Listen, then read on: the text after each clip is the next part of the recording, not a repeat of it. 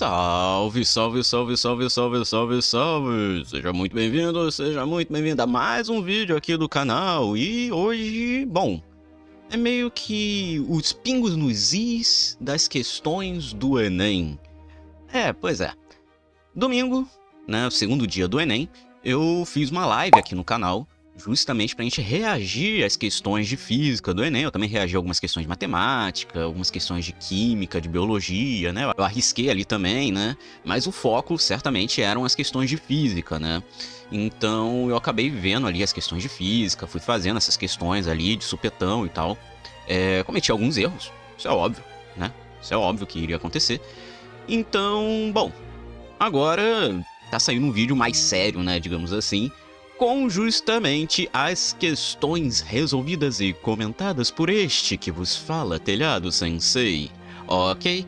Lembrando que o INEP, né, já liberou o gabarito, né, liberou nessa quarta-feira, ele liberou o gabarito do Enem, incluindo as 3 questões anuladas. E teve uma questão de física que foi anulada. Pois é, enfim. Se você quer saber minha opinião sobre o que eu acho dessa situação toda, venha pras lives que a gente pode bater um papinho, tá? Isso aqui não compete ao vídeo, ok? Dito isso, pega aí o seu material de estudos e vamos conferir, né? Por que as respostas são essas respostas, né? Um pouquinho atrasado em relação aos outros canais, mas e daí? O canal é meu mesmo. Então vamos lá.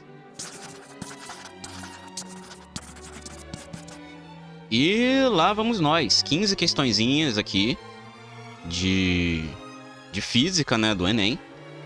Eu separei do caderno azul, tá? Então a gente tá vendo aqui justamente as questões de física do caderno azul. Então essa numeração que vocês vão ver aqui é referente ao caderno azul. Se você fez em outro caderno, outra cor, né, a numeração vai ser diferente, né? Mas o gabarito basicamente vai ser o mesmo, né? A resposta vai ser a mesma, né? Então, assim, as questões como são as mesmas, então fica aí a critério de você chegar e localizar. Ah, essa questão aqui é tal questão. Aí vai lá e dá uma conferida, ok? Então, dito isso, bora começar. Primeira questão das 15 é a questão número 91 do caderno azul. Ela diz o seguinte... Na verdade, deixa eu aumentar isso aqui porque tá muito pequenininho. Pronto, agora sim. Agora sim. A filtração em carvão é uma das mais antigas formas de purificação de água. O carvão ativado, diferentemente do carvão comum, é útil por ser empregado na remoção de material orgânico, cloro e outros contaminantes. Essa capacidade decorre de suas propriedades de adsorção. Atenção, é adsorção e não absorção, tá? Tem diferença. Inclusive a gente vai comentar sobre isso daqui a pouquinho, tá? A origem do material utilizado para produzir o carvão ativado pode influenciar sua porosidade e, consequentemente, interferir na capacidade do material de remover impurezas. Na figura é ilustrado esquematicamente a diferença entre as estruturas físicas de um carvão comum e do carvão ativado. Então nós temos aqui justamente o desenho, né, do carvão comum e aqui o carvão ativado, né? E aí você tem aqui os poros, né? Tem os mesoporos, que são poros, buraquinhos medianos, né? E tem os macroporos, né? Que são buracos maiores, né? E os microporos, né? Que são buracos bem menores, né? E as bolinhas pretas são as impurezas adsorvidas. Qual característica do carvão ativado explica sua maior eficiência nesse processo? Bom, na verdade, a resposta para essa pergunta aqui tá numa questão anterior do Enem, inclusive que eu já fiz aqui no canal. Alguns anos atrás caiu uma questão que falava sobre adsorção, né? Falava sobre tribologia. Inclusive tá resolvido no canal essa questão. E aí eu explico o que é a adsorção. O que é a adsorção? Não é a mesma coisa que absorção. Absorção é quando você pega algo e absorve, né? Você coloca aquele negócio para dentro. Adsorver algo é quando algo se deposita na superfície. A absorção entra no volume. A adsorção se deposita na sua superfície. Então isso que é a adsorção. Então qual é a grande sacada? O carvão ativado, ele tem a sua adsorção maior do que o carvão comum, porque ele vai ter maiores porosidades no qual as impurezas podem ser depositadas. E essas porosidades são porosidades na superfície. Então, essas impurezas ficam depositadas nessa superfície. Então, isso que é adsorção, tá? E aí ele está perguntando justamente isso, né? Qual é a característica do carvão ativado que explica sua maior eficiência nesse processo? Massa? Não. Dureza? Não. Densidade? Não. Superfície? Sim. Condutividade? Não. Então a resposta certa é letra D, superfície, né? Então nós temos aí justamente a nossa resposta, letra D. Então é uma questão bem interessante, tá? Como eu falei, ela tem, se você fez questões anteriores do Enem, pode acabar se lembrando dessa questão, tá? Caiu alguns anos atrás. Se eu não me engano, do Enem de 2020. Eu acho que era 2020, 2021, alguma coisa assim, tá? É uma questão... é antiga, mas é recente ao mesmo tempo, entendeu? Então, assim, não tem tanto tempo assim pra você chegar e esquecer. E se você estudou as questões antigas do Enem, deve se lembrar desse tipo de questão, né? Outra coisa que, bom, existem muitos vídeos na internet falando sobre isso. E, inclusive, eu tô me lembrando de um vídeo em específico do canal Manual do Mundo, em que o Iberê, ele faz um teste sobre qual carvão seria melhor para poder fazer a purificação de água, se era o carvão ativado ou se era o carvão comum. Eu lembro desse vídeo, inclusive. Então, assim, fica aí a dica, né? Procurem canais de ciência sérios que vão te ajudar. Tá aí, né? A resposta aí pra uma questãozinha do Enem tava na cara. Pois bem. Então, resposta aí da 91, letra D. Vamos para 94. Réguas elétricas são dispositivos que permitem a ligação segura e simultânea de 2 ou mais aparelhos eletroeletrônicos à rede elétrica. Uma estudante comprou uma régua com 6 tomadas, conforme a figura. Essa régua suporta uma intensidade máxima de corrente elétrica igual a 20 amperes, ou seja, esse é o valor máximo de corrente. Acima desse valor, o fusível de segurança da régua se rompe, inutilizando-a até que um novo fusível seja instalado. Considere as potências nominais de alguns aparelhos eletroeletrônicos apresentados no quadro. Então aqui temos o aparelho e aqui temos a potência, né? Em watt, ou seja, está no sistema internacional. Em um dia quente, a estudante mantém o computador e o ar-condicionado portátil ligados, a régua permanentemente. Nessa situação, ela tenta realizar algumas atividades, uma de cada vez, utilizando a mesma régua, na seguinte ordem. Primeiro, imprimir um trabalho escolar. Segundo, fazer um café com a cafeteira. Terceiro, ligar a luminária. Quarto, secar o cabelo. Sabe-se que a régua foi ligada a uma tensão elétrica de 110 volts, adequada para o funcionamento desses aparelhos. Considerando a ordem das tentativas, quantas atividades a estudante conseguiu realizar sem queimar o fusível? Bom, o que vai determinar se vai queimar o fusível ou não é a quantidade de corrente, né? Vai ser justamente a corrente que vai estar sendo consumida pelos aparelhos. Se ela manteve computador e ar-condicionado ligados, a gente tem que determinar qual é a corrente consumida pelo computador e pelo ar juntos. E aí, a gente vai ter que subtrair esse valor de 20. Por que 20? Porque é o valor máximo de corrente que essa régua pode atingir, né? Então, a gente vai fazer exatamente isso. Como é que a gente vai fazer isso? Utilizando a fórmula da potência elétrica. A potência elétrica é igual ao produto da corrente elétrica pela sua diferença de potencial, né? Pela sua DDP. Então, a gente vai fazer isso para os dois casos, tanto para o PC quanto para o ar-condicionado. No PC, se a gente pegar aqui no quadro ao lado, a gente vai ver que o computador ele tem uma potência de 250 watts, né? Como ele está ligado numa tensão de 110, então a gente vai ficar 250 igual a 110 I. Então, I é igual a 250 dividido por 110. Isso vai dar aproximadamente 2,3 amperes, né? Mas na verdade vai dar 2,2222222, né? A gente pode fazer isso. O ar-condicionado, ele tem uma potência de 1.100 watts, né? Então, 1.100 é igual a 110 I. Então, I, que é a corrente do ar, vai valer 10 amperes, Ok, então nós temos essas duas correntes aqui associadas a esses dois materiais, né? Tanto ao computador quanto ao ar-condicionado. Então, a gente já tem um consumo de corrente fixo aqui, que corresponde justamente à soma dessas duas correntes. Ou seja, 10 mais 2,3, que vai dar 12,3 amperes, né? Como o máximo de corrente que nós podemos utilizar é de 20 amperes, significa que livre para ser usado aqui sem que desarme o fusível, a gente tem 7,7 amperes, né? Então a gente tem ali no máximo 7,7 amperes para gastar, né? Livres para você poder utilizar. Então a gente tem que ver justamente agora quais são as tarefas que ela fez, né? E quanto de corrente cada tarefa vai custar. Então, por exemplo, imprimir um trabalho escolar. Para usar a impressora, gasta ela tem uma potência de 6.600 watts, né? Então, a gente vai usar de novo a fórmula da potência. A gente vai ter aqui que a impressora vai ser 660 igual a 110i. Logo, a impressora puxa uma corrente de 6 amperes, que é menor do que 7,7. Ou seja, ela consegue imprimir? Consegue imprimir. Ok. Então, uma atividade ela consegue fazer, sem queimar o fusível. Então, a gente já descarta a letra E. A segunda atividade que ela vai ter que fazer é utilizar a cafeteira, né? Fazer um cafezinho ali. Quem é que não gosta de um café? Então, a gente vai usar aqui a potência da cafeteira, que é de 900. Então, vai ficar 900 igual a 110i. Logo, a nossa corrente da cafeteira é de 8,1 ampere. 8,1 amperes, desculpa.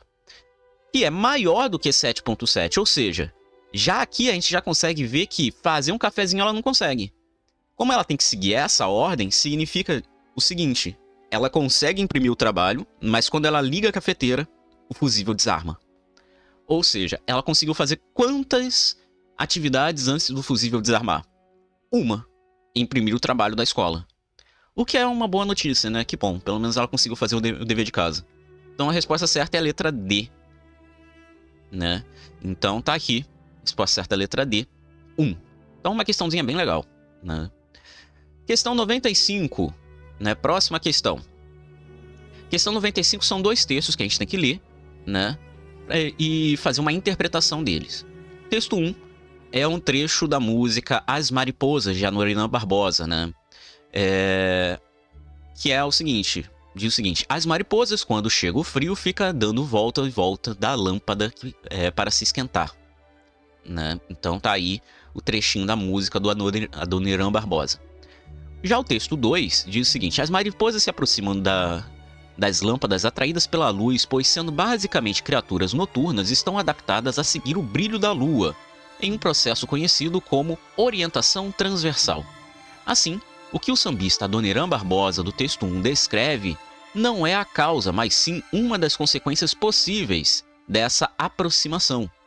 De fato, o calor gerado pelas lâmpadas, sobretudo as incandescentes, pode aquecer as mariposas. Mas não é o principal motivo, né, gente? A gente acabou de ver aqui que, na verdade, elas se aproximam devido a essa orientação transversal e não por conta do calor, né? Nesse contexto, o processo de transferência de calor para as mariposas, que independe da presença de fluidos, é a... Bom, aí você tem que lembrar dos processos de transferência de calor, né? Isso é uma questão bem parecida, parece mais uma questão de biologia, mas uma questão de física, né? Quais são os processos de transferência de calor que a gente tem? Transferência de calor por contato, né? Transferência de calor por convecção, transferência de calor por radiação ou irradiação, né? São os três tipos de transferência de calor que nós temos. O de contato é quando você tem dois objetos, eles estão em contato direto, e aí você transfere o calor do objeto mais quente para o objeto mais frio, né? As leis da termodinâmica garantem isso. Um objeto mais quente transfere naturalmente calor, ou seja, energia térmica, para o objeto mais frio. Ou seja, a temperatura, o calor flui do objeto de temperatura maior para o de temperatura menor, né? Então, se você tem dois objetos em contato, você tem transferência de calor por contato. Convecção. A convecção é quando você tem um fluido, e aí esse fluido, devido à diferença de temperatura no próprio fluido, faz com que você gere correntes internas a esse fluido, fazendo com que o fluido ele fique meio que circulando entre si. É o que, por exemplo, gera as correntes de vento, né? Você tem um ar mais quente aqui próximo da superfície da Terra e um ar mais gelado lá em cima, né? Bem lá em cima. Isso faz com que você crie uma diferença de pressão, porque a temperatura tem a ver... A pressão atmosférica tem a ver com a temperatura, né? Então você cria uma diferença de pressão. Essa diferença de pressão gera esse processo de convecção do ar, né? E aí acaba gerando as correntes de vento, tá? Então, isso é a convecção. E a radiação ou irradiação é o processo, por exemplo, de você conseguir sentir o calor, por exemplo, de uma fogueira acesa, de uma vela acesa, né? De uma lâmpada acesa, do sol, né? Porque o sol esquenta a Terra e não necessariamente ele está em contato com a Terra. Ele não está em contato com a Terra, ele está muito distante da Terra, né? E aí a luz do sol, ela atravessa todo o vácuo do espaço, todo o espaço, né? E chega até a gente carregando o calor. Então a irradiação ou radiação nada mais é do que a transferência de calor por meio de ondas eletromagnéticas, né? Então você utiliza a irradiação para essa transferência. E no caso aqui, se você parar para perceber, o próprio enunciado da questão já dava a dica para gente. Nesse contexto, o processo de transferência de calor para as mariposas que independe da presença de fluidos. Ou seja, ele já estava deixando bem claro aqui que eu não queria nada de convecção, porque convecção depende dos fluidos, né? E também não era o de contato, por quê? Porque se não tem fluido, não tem contato ali, né? Então, assim, independe disso. O processo de transferência de calor que a gente está analisando aqui é justamente o processo de irradiação. Resposta certa é a letra C. O que faz bastante sentido, né? Que é o processo que a lâmpada está esquentando a mariposa, né? Então basicamente, a mariposa não precisa tocar na lâmpada para receber esse calor. Simplesmente a luz proveniente da lâmpada já está irradiando esse calor, né? Através dessas ondas eletromagnéticas. Ok? Então a resposta certa é a letra C. Ok. Questão 108. A questão 108 diz o seguinte: para transportar uma caixa do primeiro para o segundo piso de uma construção, um trabalhador precisará arrastá-la sobre um plano inclinado. O trabalhador começa a arrastar a caixa no primeiro piso, exercendo sobre ela uma força de grande intensidade paralela ao seu deslocamento. Na medida em que a caixa sobe o plano inclinado, ele decide reduzir a força sobre ela, arrastando-a lentamente até chegar ao segundo piso. Considere que a caixa permanece em movimento nos encontros dos pisos, com um plano inclinado, e que a rugosidade entre as superfícies permanece a mesma durante todo o percurso.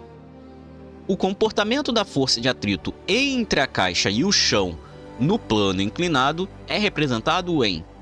Essa aqui foi uma questão que eu fiz durante a live e eu acabei não prestando atenção muito bem nela e acabei errando, tá? Acabei falando que era uma alternativa, mas não era a alternativa que eu tinha falado. Por quê? Eu não tinha parado para perceber o seguinte: a análise do problema é apenas no plano inclinado. Ele não faz a análise do problema antes do plano inclinado. Então ele só está querendo saber qual é o gráfico da força de atrito para o plano inclinado. E não para o sistema como um todo, né? Ou seja, antes do plano inclinado e depois do plano e depois no plano inclinado, né?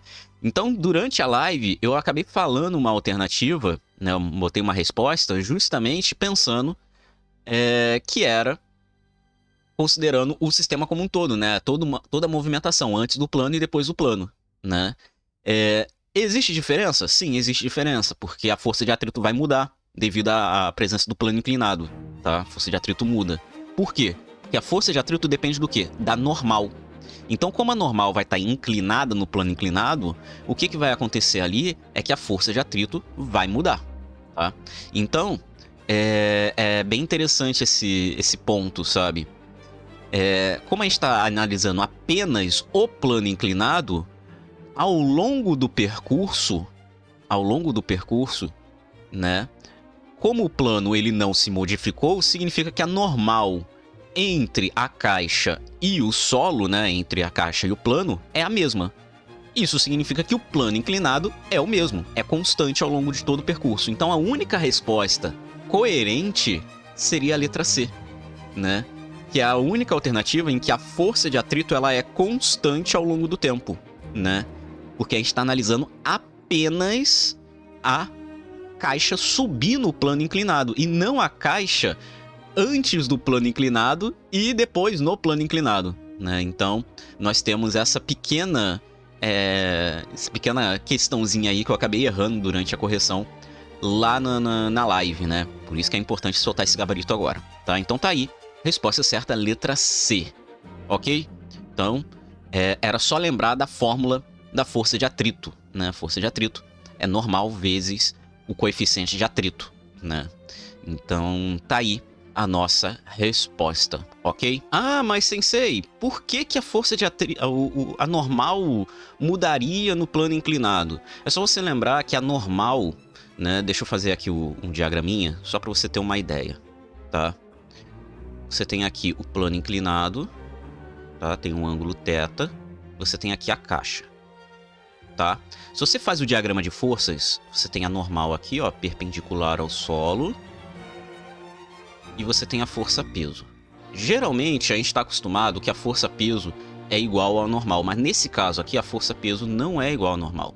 Você tem aqui a força de atrito, né? E aí, se você bota aqui os seus eixos de referência, Y e X, você vai ver que a gente teria que decompor essa força-peso. Essa força-peso, ela tem uma componente P de Y e uma componente P de X. Então você pode notar que se a FAT é igual a μ vezes normal, a normal é igual a P de Y, tá? Não igual ao peso. E P de Y é uma componente da força-peso, ou seja, naturalmente P de Y é menor do que a força-peso. Enquanto a caixa estava no solo normal assim,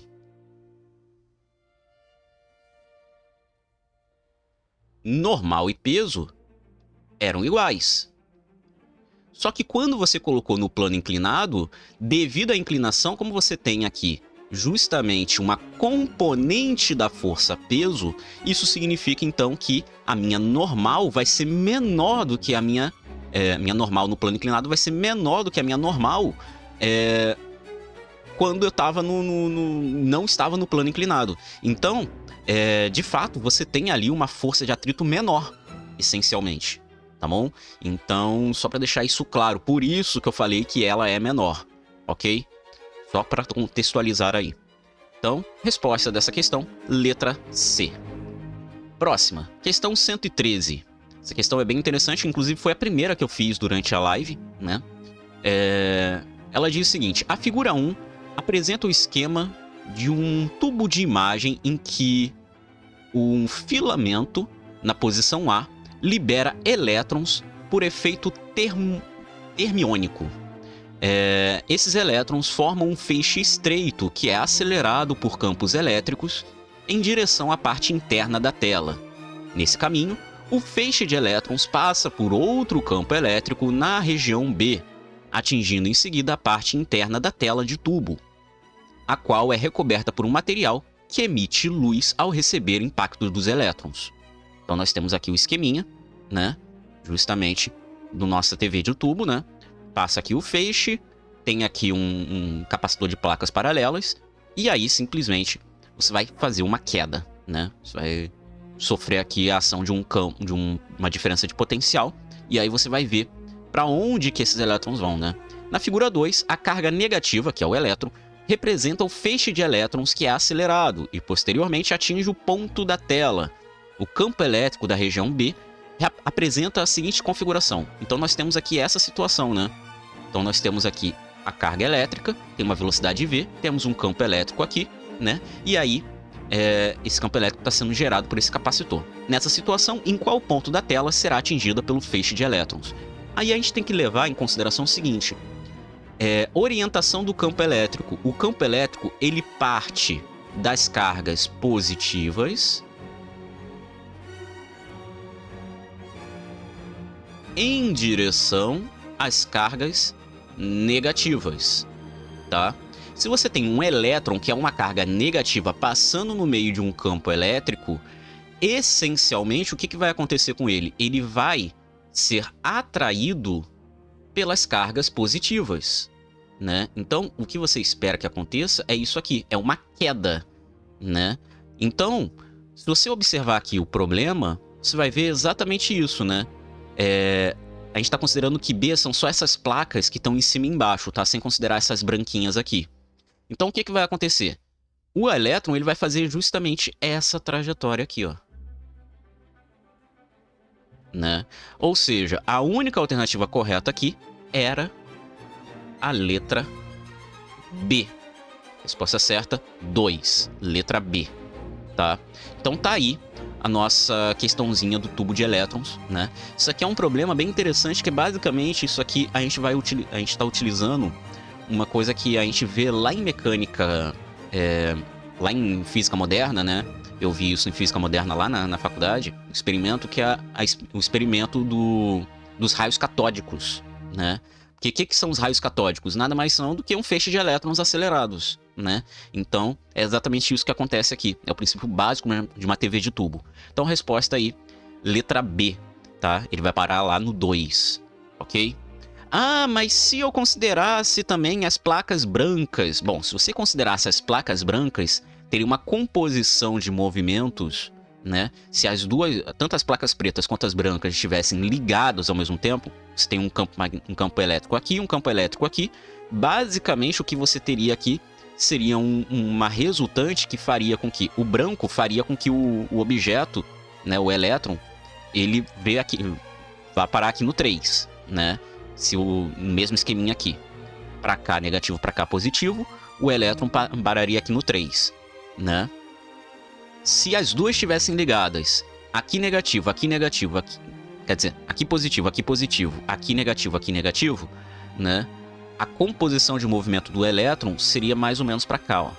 Seria aqui nessa região, tá? Entre 3 e 2. Então, assim, nesse caso, eles deixaram bem claro que B são essas placas paralelas aqui, de cima e embaixo. São as placas pretas, né? E não as brancas. Então, por isso que a resposta é 2, ok? Então, tá aí a resposta da nossa questãozinha. Bora pra próxima, questão 114, tá? Questão 114. A tirinha da turma da Mônica, né? A tirinha ilustra um processo físico em que uma onda sonora produzida pela Mônica causa a quebra das taças de cristal. Fenômeno ondulatório que provoca a quebra das taças só é possível em razão de uma característica de voz produzida pela Mônica naquele momento, que é diferentemente do que sugere a tirinha, não está relacionado à sua intensidade, né? Então, aqui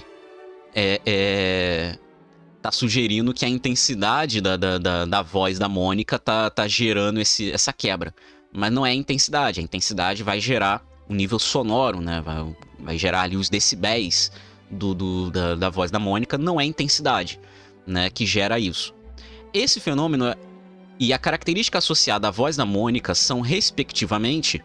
E aí é até interessante, porque no princípio eu pensei que estavam falando do princípio que está sendo usado pela Mônica, mas não. É o princípio associado à voz da Mônica para que o fenômeno funcione, né? Eu não tinha entendido isso originalmente, tanto que na hora da correção eu falei uma resposta que não era, né? E aí, qual é o fenômeno associado a essa quebra? Essa quebra é associada a um fenômeno na física chamada ressonância. O que é a ressonância?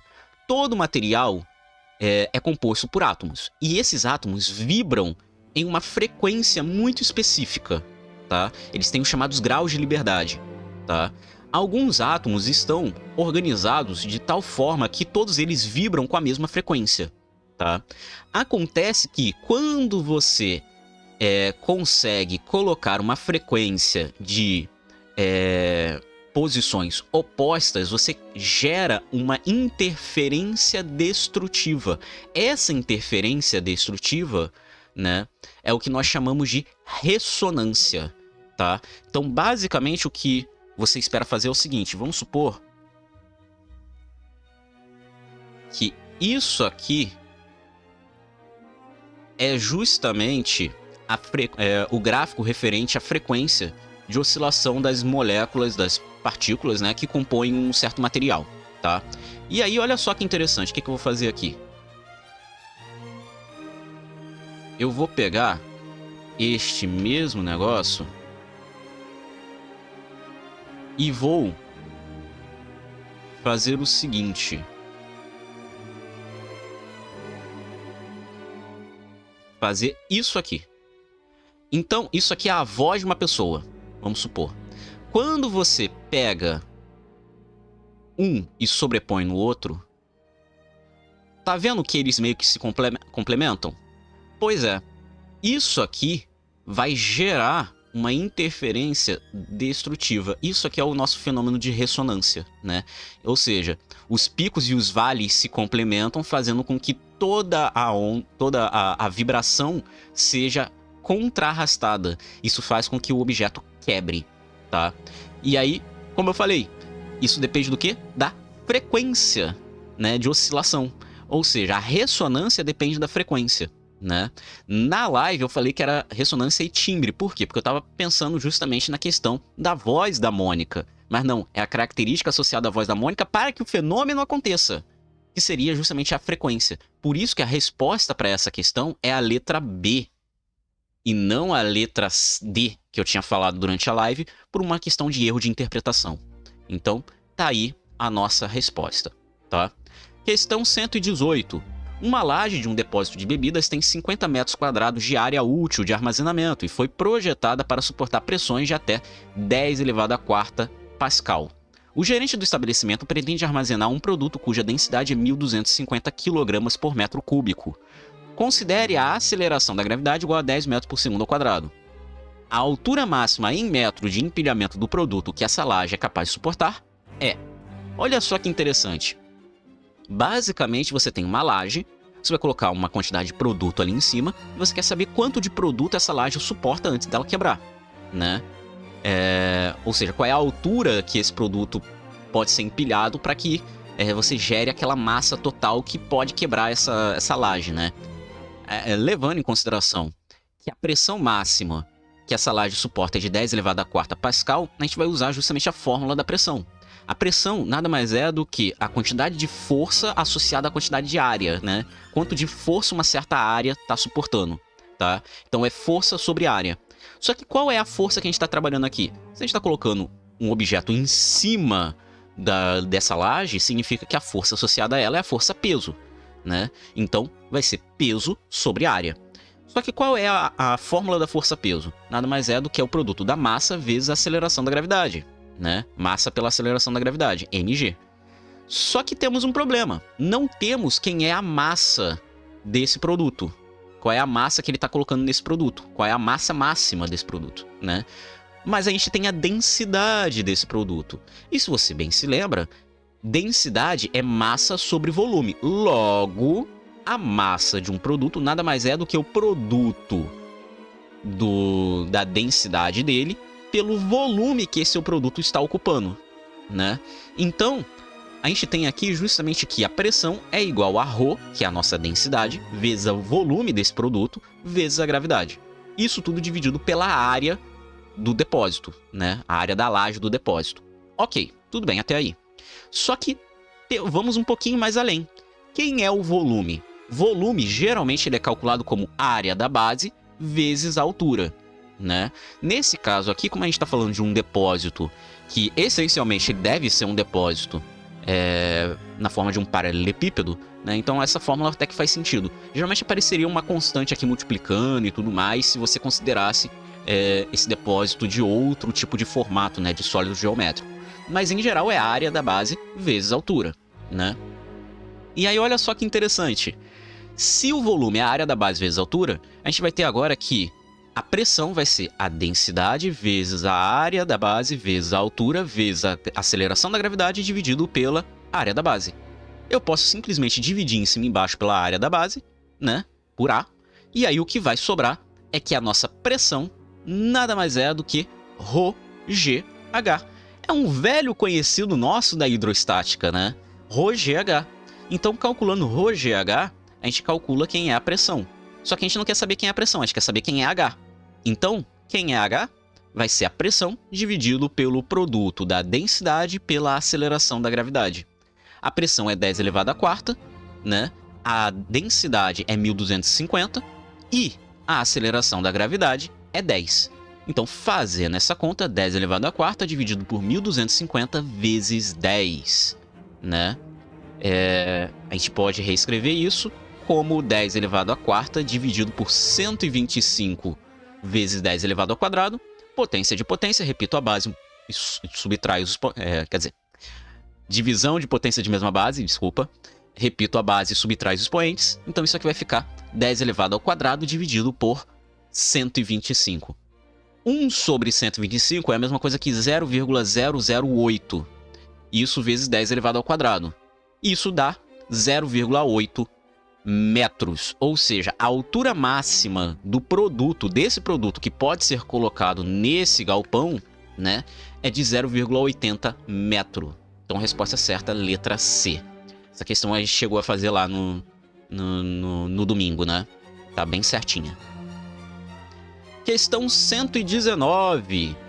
Essa foi outra questão que eu não tinha me atentado na hora de resolver a questão, né? Eu pensei de uma forma, mas acabou que eu acabei pulando um passo na questão, tá? Em uma comunidade rural, os moradores utilizam uma bomba d'água alimentada por 100 volts de tensão contínua, tá? Podendo variar em até 5 volts, ou seja, essa bomba ela suporta de 95 a 105. Um eletrotécnico pretende instalar placas fotovoltaicas para alimentar essa bomba. As placas são idênticas e cada uma apresenta tensão de operação igual a 34 volts com corrente de 7,5 ampere. Além disso, cada placa apresenta 40 volts de tensão elétrica, quando em circuito aberto.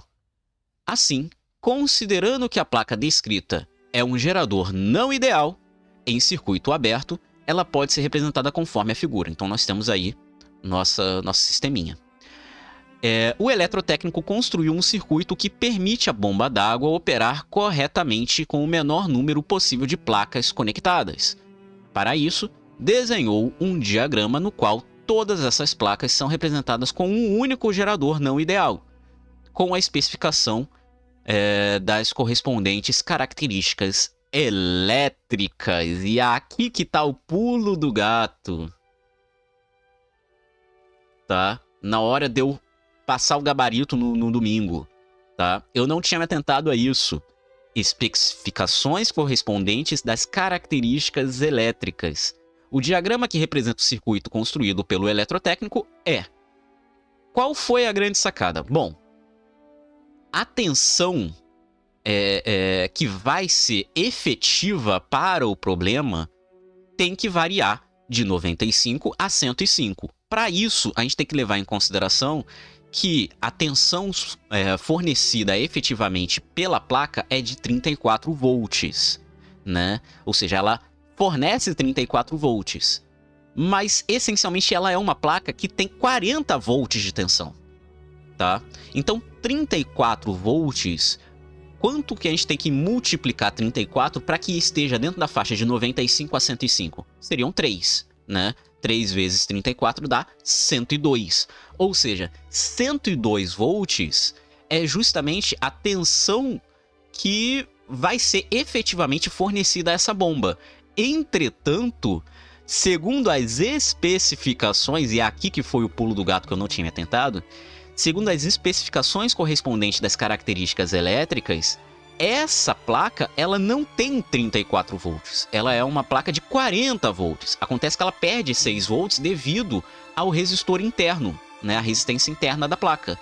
Isso faz com que a placa, o circuito, na verdade, ele tenha nominalmente 3 vezes 40, ou seja, 120 volts. Então, tá aí o grande pulo do gato, né? Na verdade, é uma pegadinha, né? De que a gente tinha que levar em consideração que era 3 vezes 40, 120, né? Então, as 3 placas juntas seriam 120 e não 102. 102 é o que ele vai fornecer efetivamente, né? Mas 120 é o que ele tem, né? Se você não considerasse a resistência interna, aí de fato seria um 102, mas considerando a resistência interna seria de 120, né?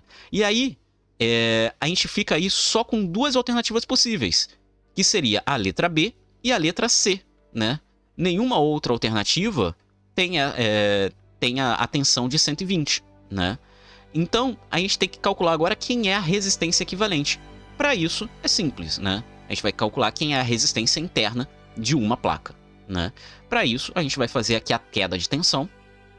Vai ser 34 igual a 40 menos R, quer dizer, U igual a E menos RI, onde esse U é a nossa tensão nominal, que é de 34, e E é a nossa energia, a nossa tensão efetiva, né? Que é aquela tensão total de 40. Então nós temos aí 34 é igual a 40 menos R vezes I, que é a nossa corrente, que é de 7,5.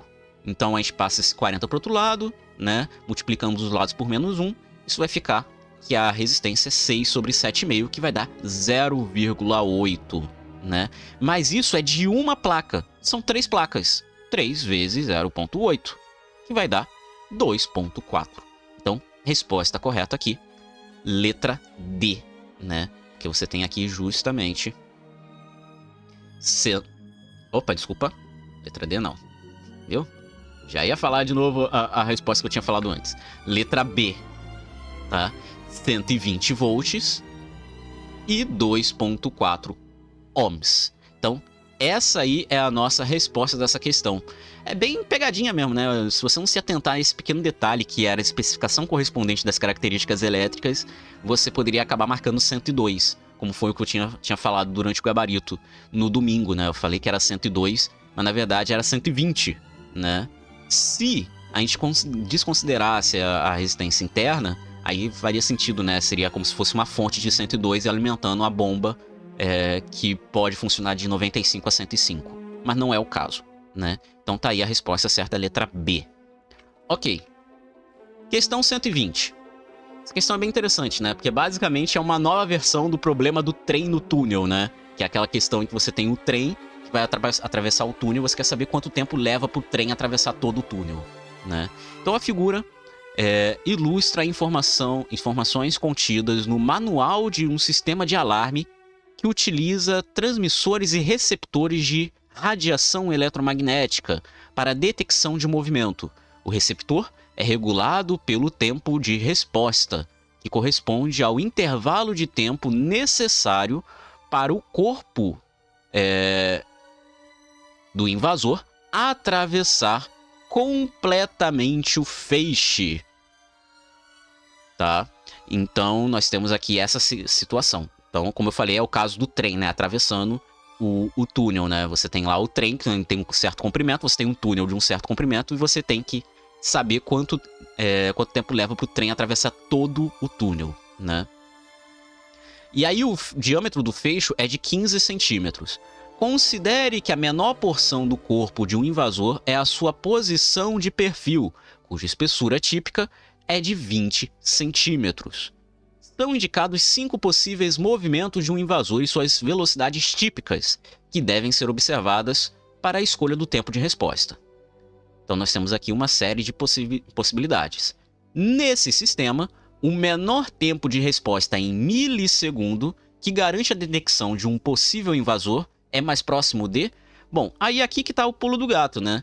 Qual é a velocidade que nós temos que optar aqui?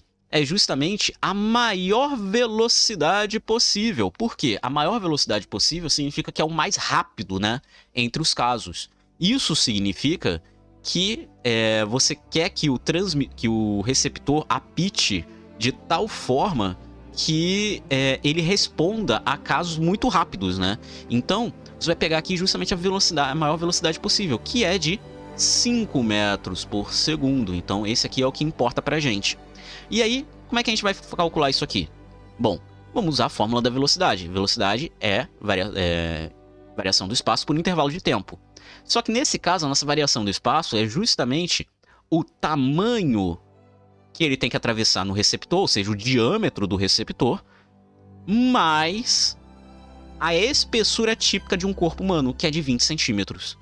Então, o que a gente vai ter aqui vai ser justamente D mais E, onde esse D aqui é o diâmetro e E é a espessura, dividido pelo intervalo de tempo, que é o que nós queremos calcular, né? Isso tudo tem que ser igual à velocidade que o corpo está passando ali, que é de 5, né? A gente vai converter essas espessuras, né, que estão em centímetros, a gente vai passar para metro. Por quê? Porque a velocidade está em metro por segundo. Tá? Então a gente vai converter isso para metro. 15 centímetros é a mesma coisa que 0,15. E 20 centímetros é a mesma coisa que 0,2. Tá? Ou 10 a menos 2. Né? Então a gente tem aqui 15 mais 20 vezes 10 elevado a menos 2. Isso tudo dividido por 5. Né? Eu já passei aqui direto para calcular quem é o intervalo de tempo. Ok.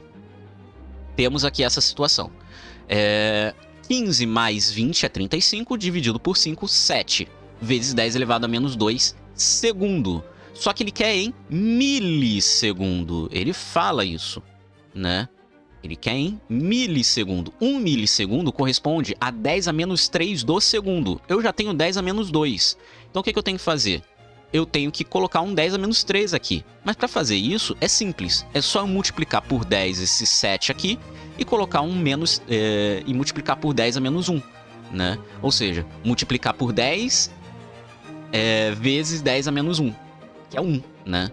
Então, o que vai acontecer aqui é 70 vezes 10 a menos 3. 10 a menos 3 corresponde a 10 a menos 3 segundo corresponde a 1 milissegundo, ou seja, 70 milissegundos. Então a única resposta correta aqui é a letra B, 70 milissegundos. Uma questãozinha bem interessante, como eu falei, é o famigerado problema do trem, né? Só que agora com, ao invés de ser um trem, é uma pessoa, e ao invés de ser um túnel, é um feixe de luz, ok? Então tá aí a nossa resposta, ok?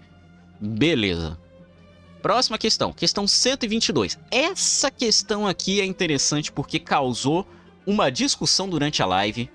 Vocês não têm ideia, tá?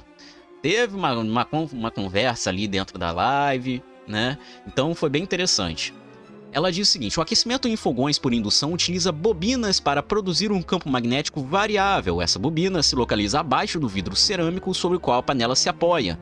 O mecanismo aquece apenas a panela, que se encontra na zona de cozimento, o que é uma das principais vantagens em relação ao uso do fogão a gás ou de uma resistência elétrica. Então nós temos aqui o esqueminha, nós temos uma bobina de indução, gera aqui uma corrente elétrica alternada, isso gera justamente um fortíssimo campo magnético, né, que vai induzir aqui justamente, vai fazer com que essa panela aqueça, né.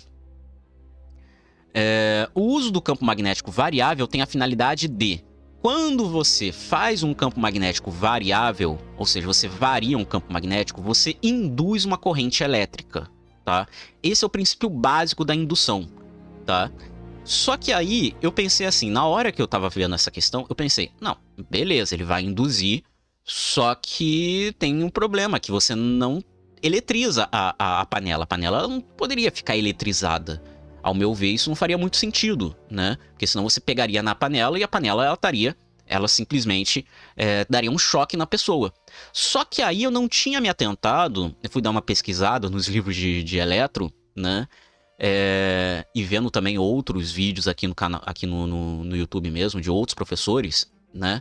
É que eu fui me atentar que, na verdade, ele vai gerar uma corrente elétrica, só que essa corrente elétrica, ela não vai dar uma descarga elétrica na pessoa quando ela tocar. Por quê? Porque, na verdade, ela vai gerar o que nós chamamos de corrente de Foucault. O que é a corrente de Foucault? Eu tinha até esquecido da existência da corrente de Foucault. O que é a corrente de Foucault? Acontece o seguinte, para você tomar uma descarga elétrica, você tem que ter uma diferença de potencial, tá? Você tem uma diferença de potencial, isso faz com que os elétrons, eles saiam de uma região de menor potencial para de uma maior potencial.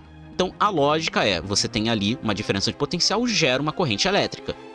A corrente de Foucault é diferente, porque você não gera correntes elétricas através de diferenças de potenciais. Na verdade, são correntes internas cíclicas geradas dentro do material. Por quê?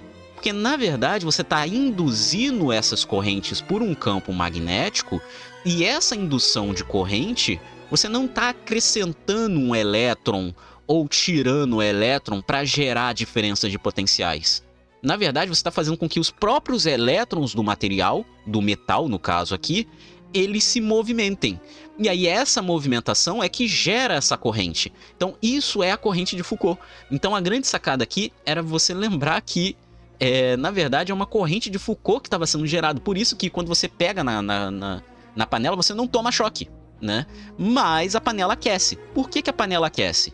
Né? Justamente porque você vai induzir essa corrente, e aí essa corrente, né, essa corrente elétrica, ela vai gerar uma energia. Essa energia tem que ser dissipada de alguma forma. E a melhor forma de dissipação de energia é na forma de calor, né? Energia térmica.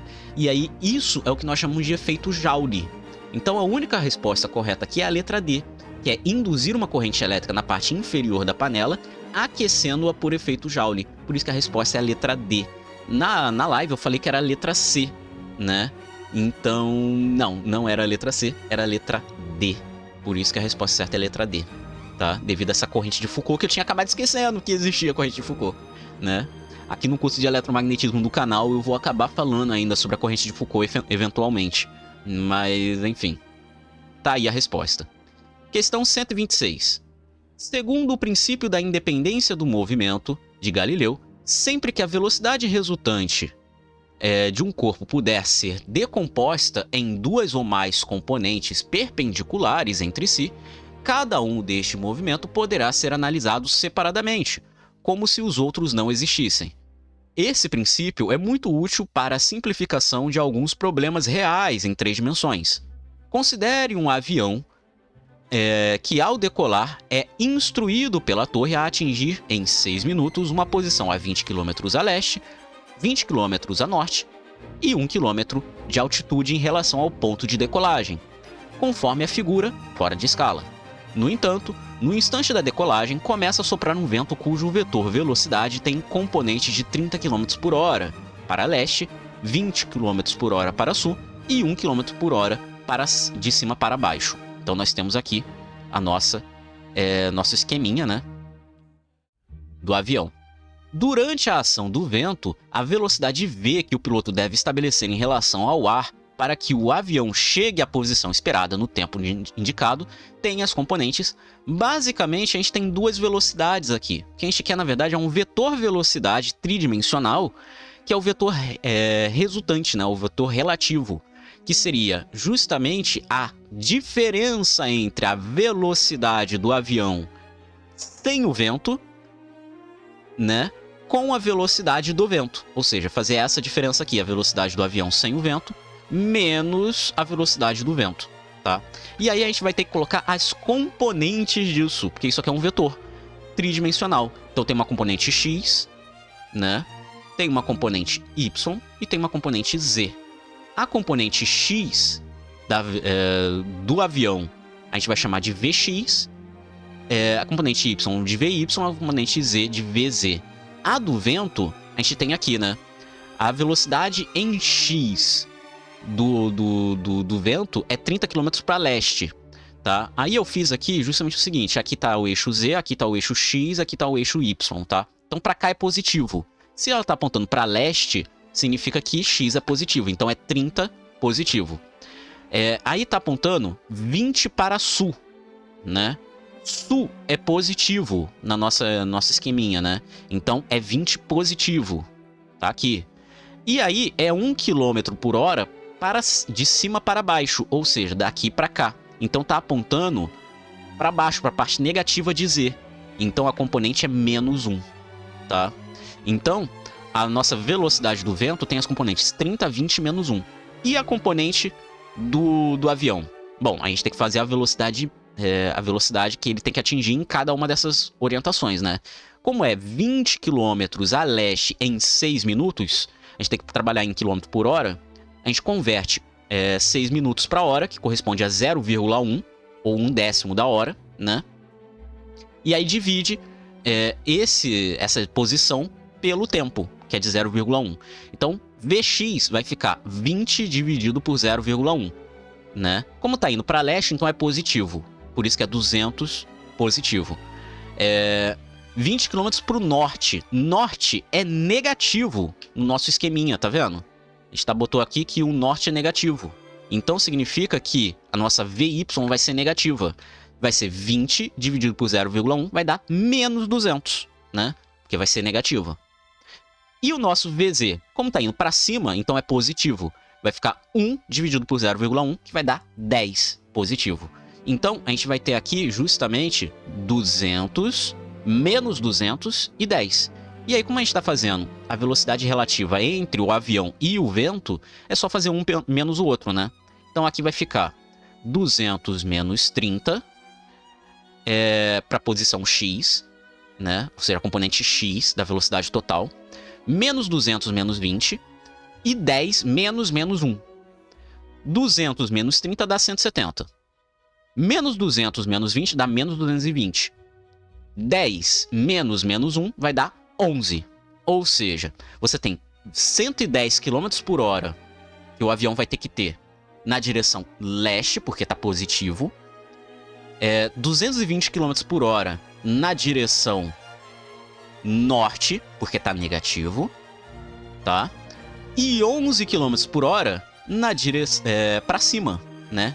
De baixo para cima, porque está na posição positiva. E aí, quando você analisa as alternativas, a única que se encaixa nisso aqui é a letra D. 170 km por hora para leste, 220 km por hora para o norte, 11 km por hora para cima. Então, tá aí a resposta dessa questão, letra D. 128. A resistência de um fio de platina pode ser usado para medir a temperatura entre 0 e 100 graus Celsius e já foi utilizado como referência para a escala internacional de temperatura.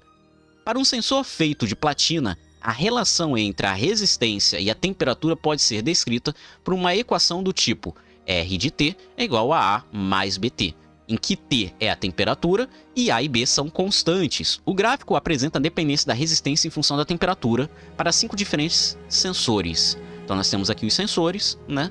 Temos aqui as nossas temperaturas pela resistência. O sensor que apresenta a maior sensibilidade são... Aí é fácil, né? Basicamente, a maior sensibilidade é aquele que tem a maior variação gráfica, ou seja, que tem as maiores inclinações. Se você observar aqui, as maiores inclinações vão representar... A gente vai analisar aqui de 0 a 100. Vou botar aqui, ó, para ficar mais fácil de conseguir observar. Você vai ver justamente o seguinte. Olha só, o sensor 1 não dá. Inclinação muito baixa, tem pouca variação de resistência para essa faixa de temperatura. O sensor 3, a mesma coisa, né? Pouca variação. A maior variação possível é o sensor 2. Você pode observar aqui, ó, ele varia de 100 ohms até 135, alguma coisa assim, tá? Então, assim, o sensor 2, ele tem uma variação muito grande. Então, de cara, você já sabe que o sensor 2 é válido, tá? Então, resta a gente saber os outros, né? A gente já sabe que o 3 não pode ser, então, letra C não pode. Então, só pode ser ou 4 ou 5. Vamos analisar o sensor 4 e o sensor 5. Qual dos dois tem a maior variação? Se você observar o sensor 5, ele sai de 75 ohms para 100 ohms. Então, tem uma variação até que razoável aqui. Aqui ele sai de 100 ohms e ele não vai para 125, ele não tem a mesma variação, ele tem uma variação menor.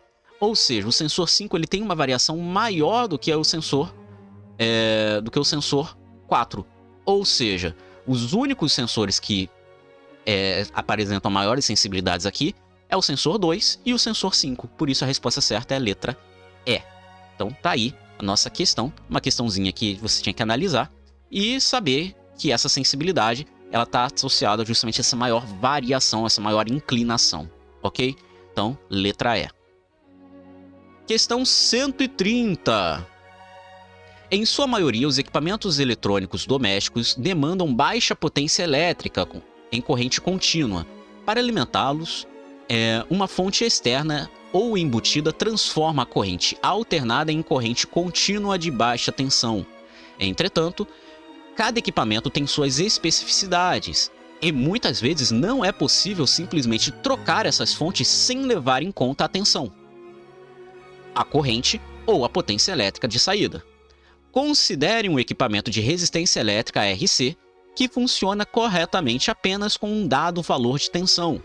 Porém, a única fonte de alimentação disponível fornece uma tensão de 20% superior à tensão recomendada. Ou seja, você tinha uma certa tensão e agora você tem uma tensão 20% maior. Para adaptar essa fonte ao aparelho, a associação de um resistor de proteção RP de potência adequada se faz necessária. A configuração adequada do circuito e o valor de resistência de proteção em relação ao valor da resistência do equipamento são... Então, primeiro de tudo, a gente tem que lembrar o seguinte. Você quer fazer o seguinte, você quer diminuir a tensão. Você tem dois tipos de situações possíveis, tá? Você pode associar as resistências em série ou as resistências em paralelo. Acontece que quando você associa resistências em série, a DDP, ou seja, a tensão, ela se divide e a corrente se mantém a mesma. É a mesma corrente que passa para tudo.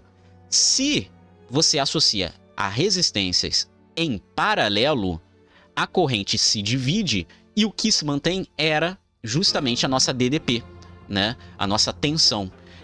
Só que você quer reduzir a tensão. Então, qual dos dois é o mais útil para você?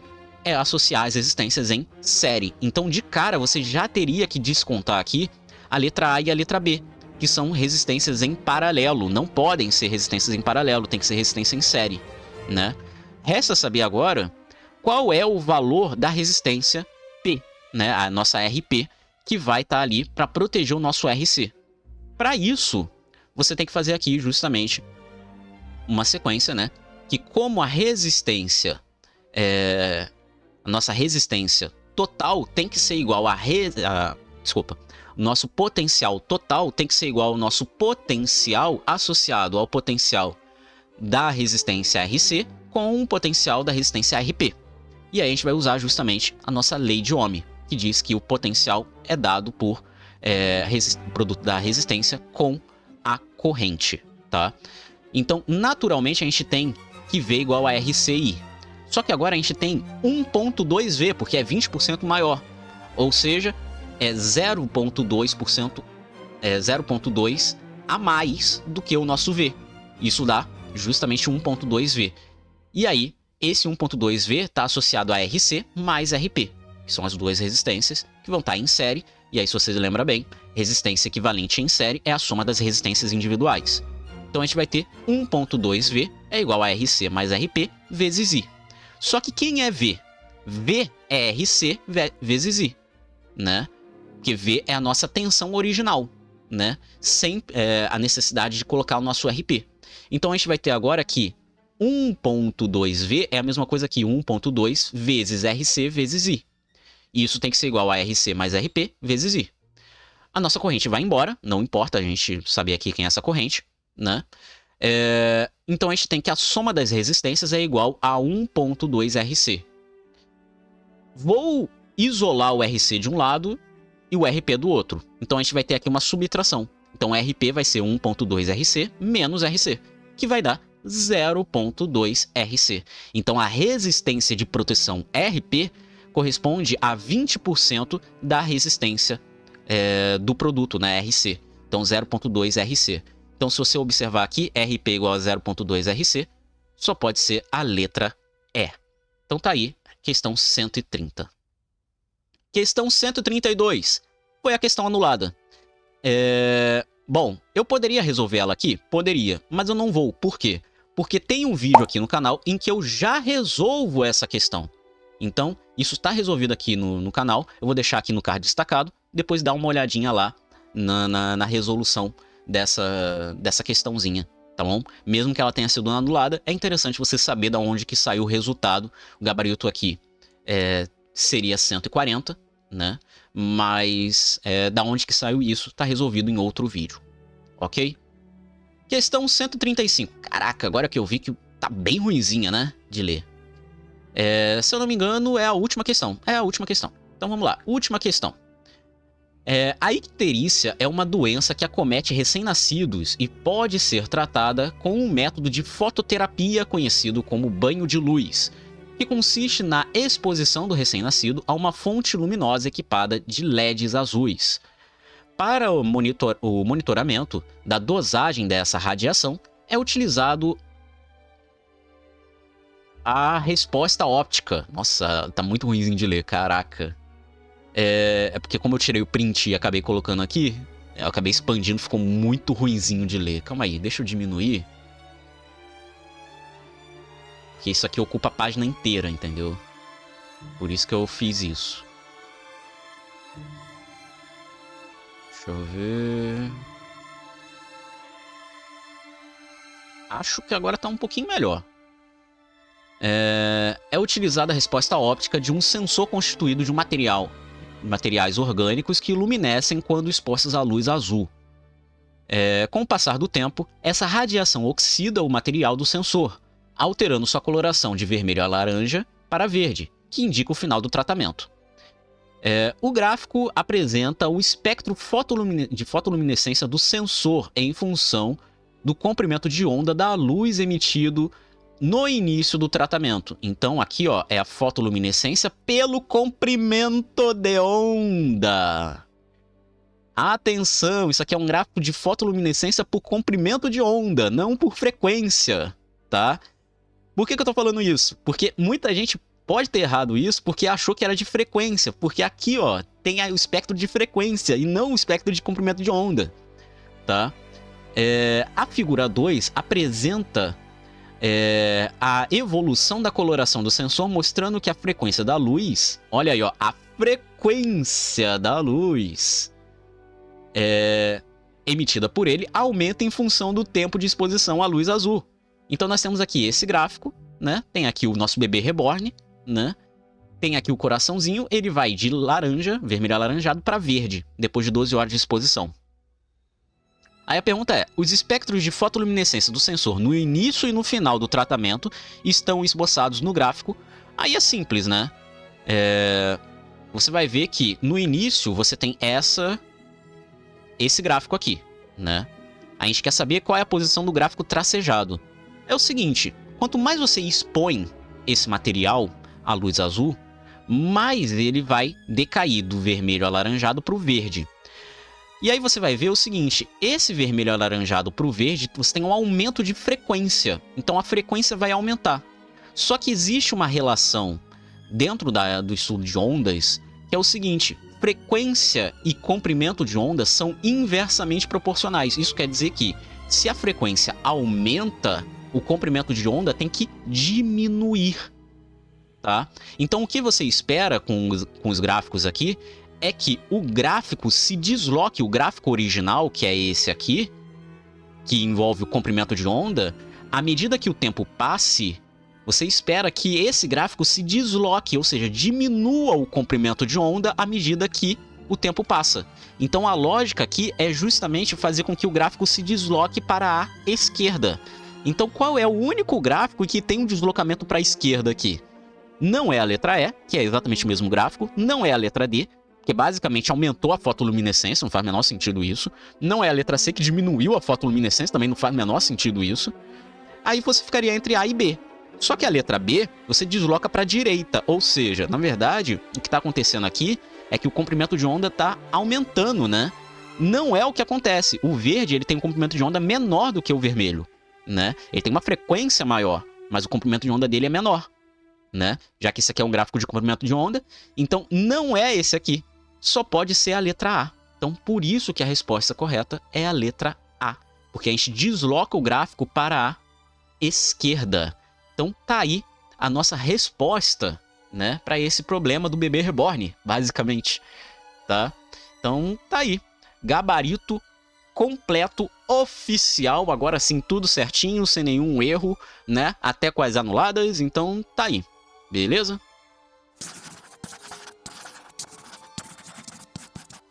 E é isso. Pois é, terminamos aí o nosso gabarito comentado. Ficou bem longo, né? Mas fazer o quê? Isso faz parte, né? O vídeo ficar longo. Espero que você tenha ido bem no Enem. Sinceramente, eu torço muito para que todos tenham ido muito bem. Assim, tenho minhas críticas ao Enem desse ano. Muitas críticas, para falar a verdade, né? Mas, como eu falei, isso não compete a esse vídeo. Espero que vocês tenham ido bem aí nas respostas desse gabarito, né? Dito isso, muito obrigado por ter assistido. Não se esqueça de deixar o like, se inscreve se não for inscrito, ativa o sininho para não perder nada, considere se tornar membro aqui do canal. Você tem acesso a conteúdo antecipado, além de outras mordomias. Um valeu demais também ajuda, beleza? Hypem o vídeo, isso ajuda bastante, ok? E esse vídeo vai dar trabalho, porque... Nossa, é muito tempo de gravação. É isso, pessoal. Boa sorte aí no resultado. Torço por todos vocês. Muito obrigado por ter assistido. Tamo junto. E até.